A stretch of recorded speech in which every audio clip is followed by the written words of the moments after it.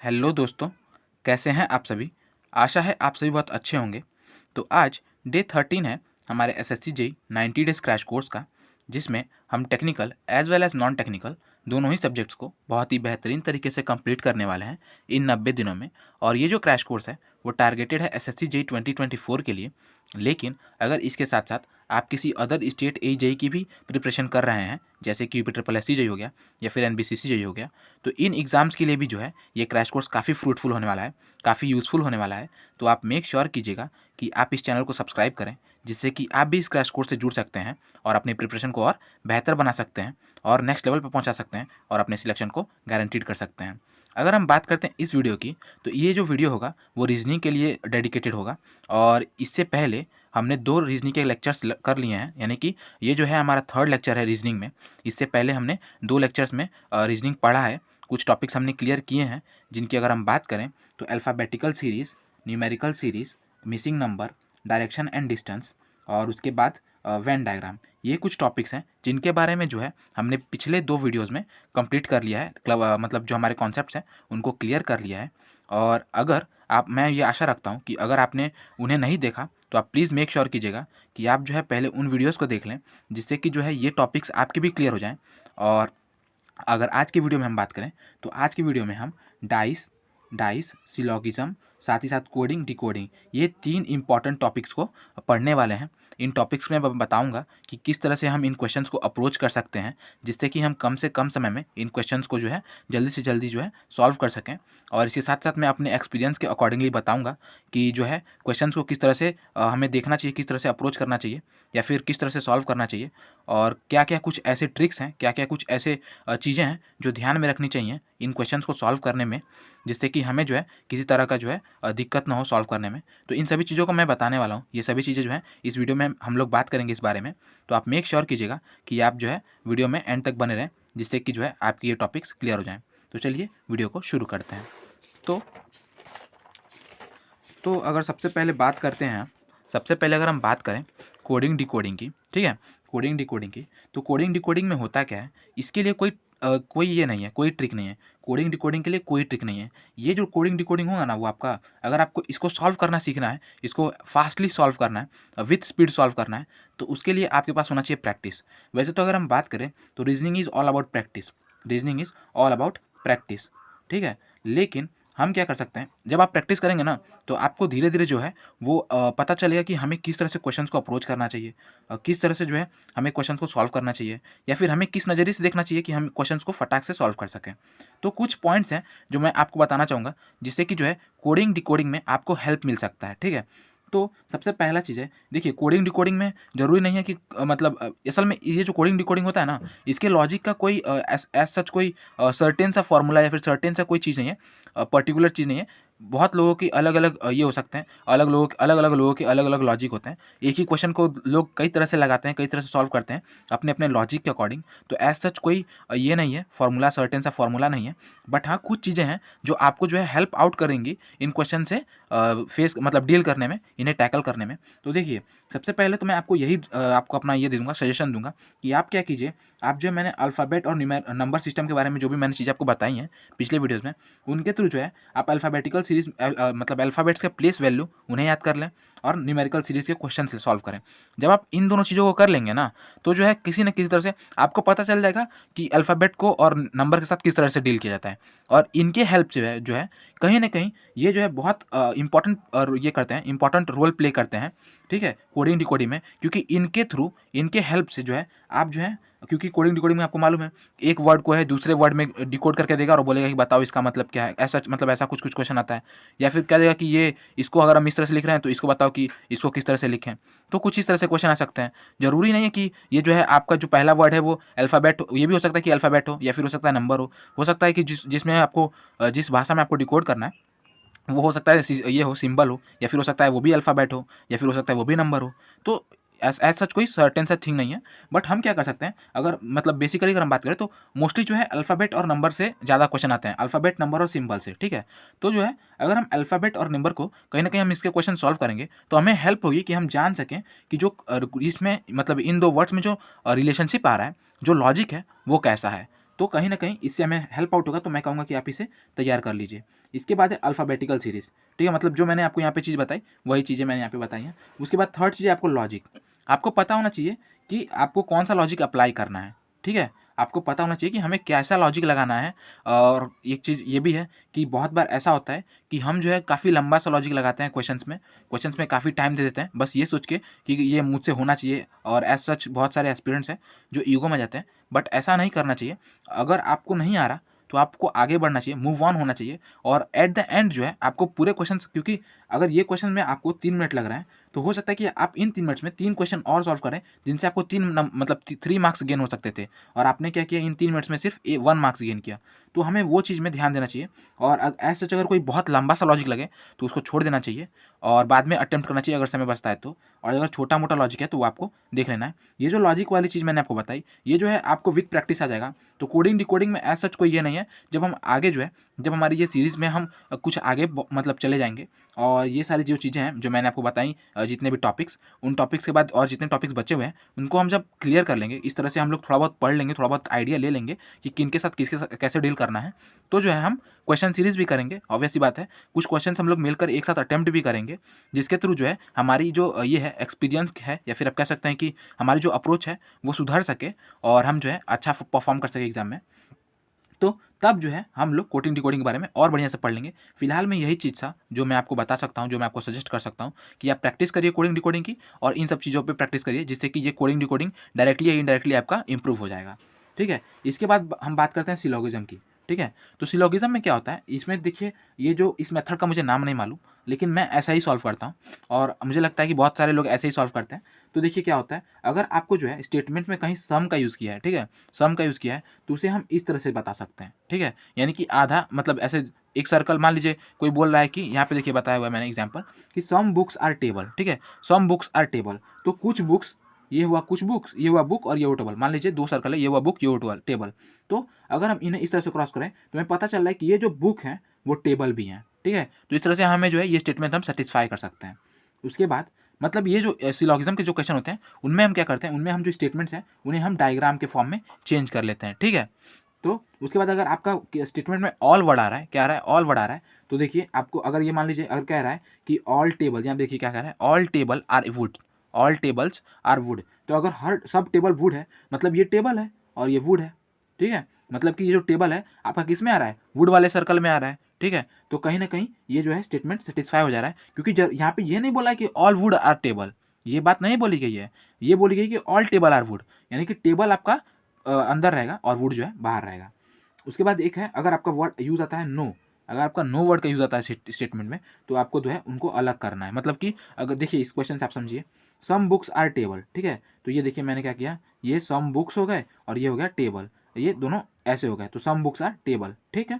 उसके बाद बोल रहा है ऑल टेबल आर वुड, यानी कि जितना भी टेबल है वो वुड में है, तो हम क्या करेंगे, इस तरह से जो है इस मतलब इस टेबल को वुड के अंदर कर देंगे, ठीक है। तो कहीं ना कहीं ये जो है आपका जो वुड टेबल है वो वुड में आ गया, ठीक। इसके बाद बोल रहा है no pen is table, no pen is table, तो अब देखिए नो पेन इज टेबल, यहाँ पे पेन और टेबल के बारे में हमें बताया जा रहा है, बट हमें ये नहीं बताया जा रहा कि पेन के साथ जो है, पेन का जो है वुड के साथ कैसा रिलेशन है या फिर बुक के साथ कैसा रिलेशन है, हमें नहीं पता। तो हम क्या करेंगे, हम बस एज सच टेबल के लिए बना देंगे, टेबल से अलग है, बस हो गया, हमें और कुछ नहीं जानना है, जितना बताया उतने से मतलब है हमें, ठीक है। यहाँ पे एज सच कोई बहुत ये नहीं लगाना है, रॉकेट साइंस नहीं लगाना है, हमें बस जो बोला वो कर दिया। अब देखिए ड्राइंग ये बन रहा है, अब हम पढ़ेंगे हमारा जो है मतलब ये क्या आ रहा है, सजेशंस क्या आ रहे हैं, जो होते हैं ना कि कंक्लूजन क्या आ रहा है। तो कंक्लूजन में क्या आ रहा है, देखिए some woods are book, some woods are book, तो हम देखते हैं कि सम वुड्स आर बुक है क्या, तो क्योंकि कुछ टेबल बुक है, तो हर टेबल अगर बुक है तो वो जो पार्ट है टेबल का बुक है वो भी तो बुक वुड में आ रहा है, ठीक है। तो इस डायग्राम के थ्रू हमें आसानी से पता चल रहा है कि हाँ जो है वुड और बुक में जो है रिलेशनशिप बन रहा है इनडायरेक्टली, और ये जो है some books some woods are जो है बुक हो रहा है, तो ये स्टेटमेंट क्या हो गया आपका, सही हो गया। उसी तरह से अगर हम देखें तो some pen is book, some pen is book, अब देखिए पेन के साथ हमें बुक का कोई रिलेशनशिप नहीं बताया, तो जब ऐसा वर्ड है कि हाँ रिलेशनशिप यहाँ पे मतलब नहीं बताया गया, किसी तरह का उसको ये नहीं किया गया, डिफाइन नहीं किया गया, तो उस क्वेश्चन को हम ऐसे ही छोड़ देंगे। उसके बाद क्या बोला है, सम टेबल इज वुड, तो देखिए सम टेबल इज वुड का बात कर रहा है, तो अगर सभी टेबल वुड है, अगर सभी टेबल वुड है तो सम टेबल वुड तो होंगे ही, है ना, आप समझ रहे हैं। ऑल टेबल आर वुड, यहाँ पे देखिए क्या कर रहा है, ऑल टेबल आर वुड, तो सम टेबल आर वुड तो होगा ही, तो ये भी जो है आपका सही है। तो इस तरह से आप बता सकते हैं कि फर्स्ट एंड थर्ड जो है आपका सही स्टेटमेंट है। तो इस तरह से हम कुछ तरह से जो है सिलोगिज्म के क्वेश्चन को सॉल्व कर सकते हैं। और मेरा आपको सजेशन रहेगा कि ये तो मैंने आपको एक बेसिक सा आइडिया बताया। आप क्या कीजिएगा, आप जो है टेक्स्ट बुक पे, मैं आप सभी से एक रिक्वेस्ट करूँगा कि जो है आप टेक्स्ट बुक का जो है आप ये ले लीजिएगा, पास ले लीजिएगा। और पास लेके जो है आप सर्च कीजिएगा 75 डेज रीजनिंग चैलेंज, ठीक है, 75 डेज रीजनिंग चैलेंज। वहाँ पे एक आपका ये आ जाएगा, टेस्ट सीरीज आ जाएगा। हाँ, तो वहाँ पे जो है आप एसएससी से रिलेटेड जितने भी पीवाईक्यूज हैं उन्हें सॉल्व कर सकते हैं। और साथ ही साथ 75 डेज का टॉपिक वाइज चैलेंज दिया गया है, टास्क दिया गया है, आप उन्हें जो है सॉल्व कर सकते हैं, उन्हें अटेम्प्ट कर सकते हैं, जिससे कि जो है आपकी जो स्पीड है, आपका जो कॉन्सेप्ट है, वो सभी चीज़ें क्लियर हो जाएंगी। ठीक है, तो ये जो चीज़ मैंने आपको यहाँ पे आज बता दी, आज मैंने आपको ये चीज़ बता दी ना, तो आप क्या कीजिएगा, आप जो है जाकर जो है इस टॉपिक से रिलेटेड जितने भी क्वेश्चन है उस टास्क में सॉरी, वो जो है आप सॉल्व कर सकते हैं। तो आपका जो है प्रैक्टिस बढ़िया हो जाएगा। ठीक है, तो मैं आपसे ये कहूँगा। उसके बाद आज का तीसरा टॉपिक जो कि है डाइस। डाइस देखो क्या होता है मेरे भाई, डाइस में 2 तरह के सवाल आते हैं, है ना, 2 तरह के सवाल आते हैं। पहला एक इस तरह का सवाल आता है और दूसरा कि एक इस तरह का सवाल आता है। ठीक है, इसमें क्या कहता है, इसमें कहता है कि बताओ इनमें मतलब इस तरह के सवाल आते हैं, इनमें बहुत मतलब कई तरह के क्वेश्चन आते हैं, मतलब बेसिक फॉर्मेशन यही होता है, बस उसमें हाँ या ना वाला सवाल पूछ देता है। एक बार कभी कहता है कि बताओ कि ऐसे डायग्राम बना के दे देगा, ऐसे जैसे मैंने यहाँ पे बनाया ना, ऐसे 4 डायग्राम बना के दे देगा और बोलेगा कि बताओ इनमें से कौन सा फॉर्म हो सकता है इसके थ्रू, या फिर कौन सा फॉर्म नहीं हो सकता है इसके थ्रू, ये साइज पूछता है। तो देखिए यहाँ पे एक बेसिक सा कॉन्सेप्ट हमें लगाना है। हमें क्या करना है, हमें एक चीज़ पता होना चाहिए कि ये जो ऐसा बना रहा है ना, ये जो डायग्राम बना हुआ है, यानी कि यहाँ पे जो ये डाइस है, डाइस के 6 फेसेस होते हैं। इन 6 फेसेस को यहाँ पे क्या कर दिया गया है, रिसॉल्व कर दिया गया है, खोल दिया गया है। तो देखिए हम क्या करेंगे, हम देखिए हम यहाँ पे क्या करेंगे, हम जो है हम देखिए हम यहाँ पे जो अल्टरनेटली फेसेस है ना, यहाँ पे जो अल्टरनेट फेसेस हैं, जैसे 1 जो है वो 4 का अल्टरनेट है, 2 जो है वो किसका अल्टरनेट है, 5 का अल्टरनेट है, और 6 जो है वो किसका अल्टरनेट है, 3 का अल्टरनेट है। ठीक है, तो जो ये अल्टरनेट ये है सब क्या कहते हैं, अल्टरनेट फेसेस हैं, यहाँ पे हम देख रहे हैं।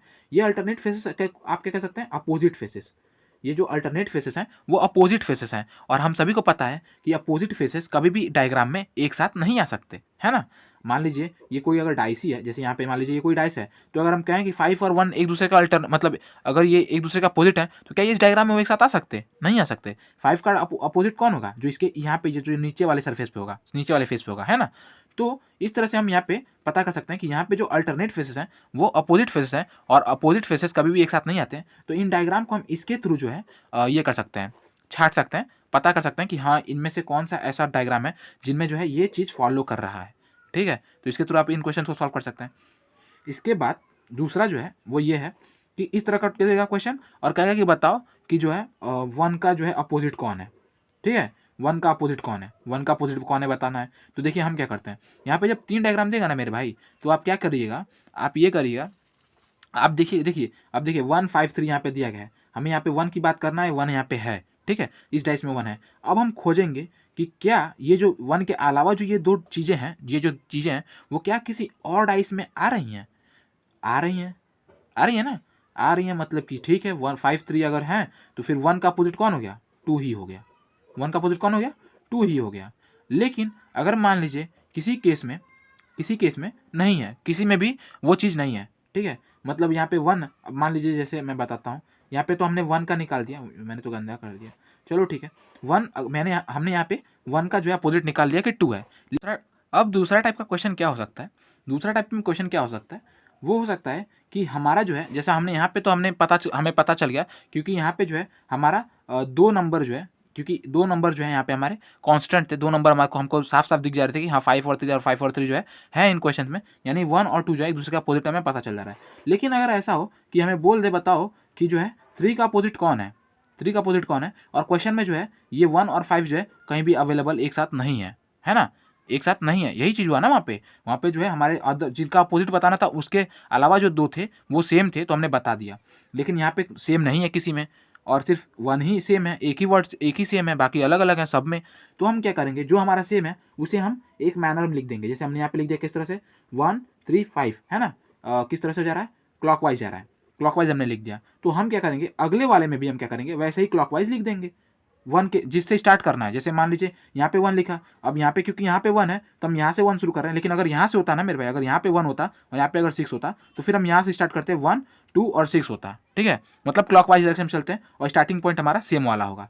तो स्टार्टिंग पॉइंट हमारा सेम यहाँ पे 1 है तो 1 और फिर कौन सा आ रहा है हमारा उसके बाद 6 और फिर कौन सा आ रहा है 2, यानी कि 1 तो हमारा वही है लेकिन 3 का अपोजिट कौन है 6 है। 3 का अपोजिट कौन है, 3 का अपोजिट हमें मिल गया 6 है और 5 का अपोजिट कौन है हमारा 2 है। तो इस तरह से हम इन क्वेश्चन को सॉल्व कर पाएंगे। आई होप आपको समझ में आया होगा। आप कुछ क्वेश्चन को सॉल्व कीजिएगा, जैसा कि मैंने आपको बताया टेक्स्ट बुक के 75 डेज चैलेंज में, उनमें आप क्वेश्चन को सॉल्व कीजिएगा। वहाँ पे आपको एसएससी, सीजीएल, सीएचएसएल, सीपीओ इन सब के जो है प्रीवियस ईयर क्वेश्चन भी मिल जाएंगे। 25 क्वेश्चन के, मतलब 25 क्वेश्चन के होते हैं, वो भी मिल जाएंगे। आप उन्हें भी अटेम्प्ट कर सकते हैं, तो आपका अच्छा खासा प्रैक्टिस हो जाएगा। और क्या बोलते हैं, मैं इस समय जो है आपको रीजनिंग के कुछ क्लासेस प्रोवाइड तो कर ही रहा हूँ और आगे चल के हम और रीजनिंग पढ़ेंगे। और जिन भी भाइयों को मेरे ऐसा लगता है कि नहीं मैं रीजनिंग में कम ध्यान दे रहा हूँ, मुझे भी पता है मेरे भाई और आपको भी पता है, आप बिल्कुल सही हैं कि रीजनिंग जो है वो काफ़ी स्कोरिंग होता है। रीजनिंग जो है वो काफ़ी स्कोरिंग होता है, आप इसमें 45+ भी स्कोर कर सकते हैं। तो अभी हमारा जो है स्ट्रैटेजी जो है, मतलब कि इस 90 डेज़ की स्ट्रैटेजी में मैं ये चाहता हूँ कि अभी जो है आप जीके जीएस के कुछ अच्छे खासे पोर्शंस जो कि स्कोरिंग पोर्शन है उनको भी कंप्लीट कर लो। ठीक है, उनको भी कंप्लीट कर लो और उसके बाद जो है हमें जो है इसे सिर्फ रिवीजन करना होगा। और इसके वजह से जो है अगर हम अभी इस चीज़ को कंप्लीट कर लेंगे, इसे और टेक्निकल सब्जेक्ट को, तो जो है बाद में जो है चल के हमें, मतलब कि लास्ट 30 डेज़ और लास्ट 45 डेज़ जो है, लास्ट 45 डेज़ उनमें हमें समय मिल जाएगा किस चीज़ के लिए, बहुत अच्छे प्रैक्टिस के लिए, रीजनिंग की। ठीक है, रीजनिंग की प्रैक्टिस बहुत अच्छे से करने के लिए हमें समय मिल जाएगा, क्योंकि अभी जो है हमने इन कामों को कर लिया है। ठीक है, तो मैं बस यही चाहता हूँ और यही सब चीज़ें मैंने आपको सोच के रखी है। तो आपको जस्ट बिलीव करना है, जस्ट सपोर्ट करना है। और मैं आपके साथ हूँ और आप मेरे साथ हैं। हम लोग मिलकर जो है अपने इस क्रैश कोर्स को सक्सेसफुल बनाएंगे और अपने इस मतलब एग्ज़ाम को भी क्रैक करेंगे। तो ये था इस वीडियो में। Keep sharing, keep watching, keep learning. Thank you.